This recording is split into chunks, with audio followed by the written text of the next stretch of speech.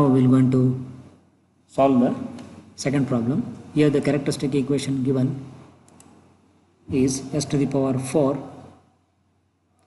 plus 8s cube plus 18s square plus 16 plus 5 is equal to 0. So now to apply the RH criteria, first we need to form the first two rows by using the coefficients of the s in the characteristic equation. Here the highest power of s is s to the power 4, and hence the coefficients of this s to the power 4 row will be the first term coefficient, that is 1, third term coefficient, that is 18, and the last term coefficient, that is 5. Similarly, the next row will be s cube row, and here the first term will be 8, that is the second term in the characteristic equation. Similarly, next will be the fourth term s coefficient, that is 16 here. Okay, so now we form the first two rows. Now we need to calculate the remaining rows. Here you can see in the s cube row 8 and 16 are the elements, so we can divide it by 2 to further simplify it. Hence now the new s cube row will become 1 and 2.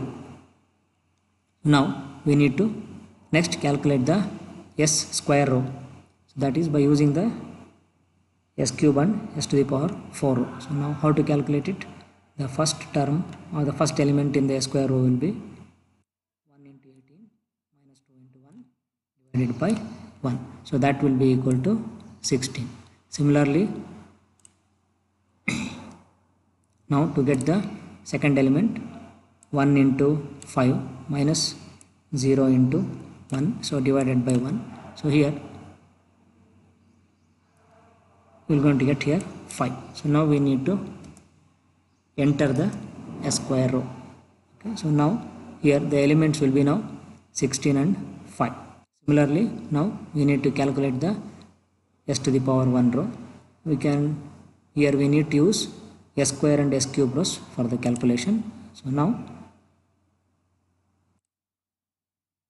the first element will be now 16 into 2 minus 5 into 1 divided by 16. So here we are going to get 1.68, and approximately you can take it as 7, because here only we bothered about the sign change from plus to minus or from minus to plus. Hence we need not worry about the decimal value of it.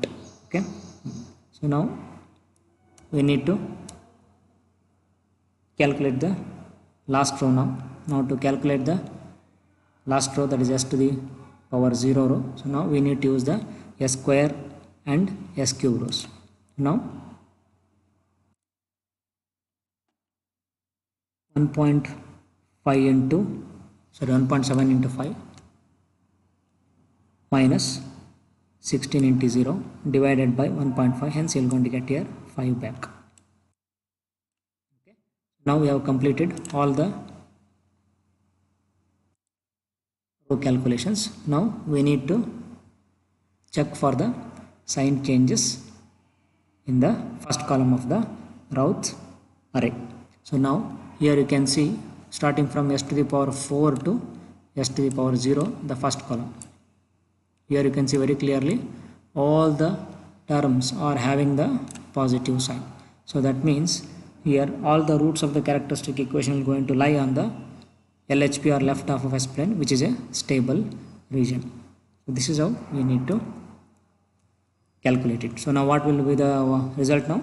It is a stable system, and you can see here the highest power of s is 4. So number of roots for this particular example will be 4, and all the 4 roots have been located on the LHP here.